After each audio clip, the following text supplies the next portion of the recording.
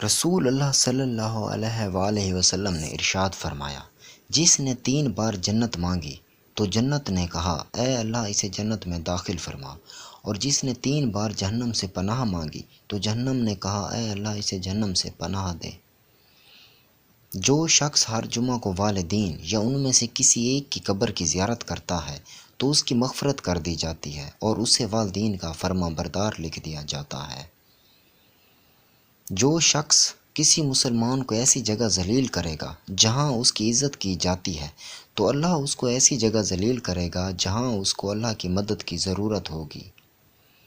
بندہ اپنے پروردگار کے سب سے زیادہ قریب اس وقت ہوتا ہے جب وہ سجدہ کی حالت میں ہوتا ہے۔ جو مجھ پر درود پڑھنا بھول گیا وہ جنت کا راستہ بھول گیا۔ اللہ تعالیٰ سے ڈرو کہ اگر تم کچھ کہتے ہو تو وہ سن لیتا ہے، اور جو کچھ چھپاتے ہو تو وہ اسے جان لیتا ہے۔ مجھے بتاؤ، اگر تم میں سے کسی شخص کے گھر کے سامنے نہر ہو اور وہ دن میں 5 مرتبہ اس میں غسل کرتا ہو تو کیا اس کے جسم پر کوئی میل باقی رہ جائے گی؟ تو صحابہ نے عرض کیا، یا رسول اللہ، اس کے جسم پر کوئی میل باقی نہیں رہے گی۔ تو آپ نے فرمایا، یہی 5 نمازوں کی مثال ہے، اللہ ان کے ذریعے خطائیں مٹا دیتا ہے۔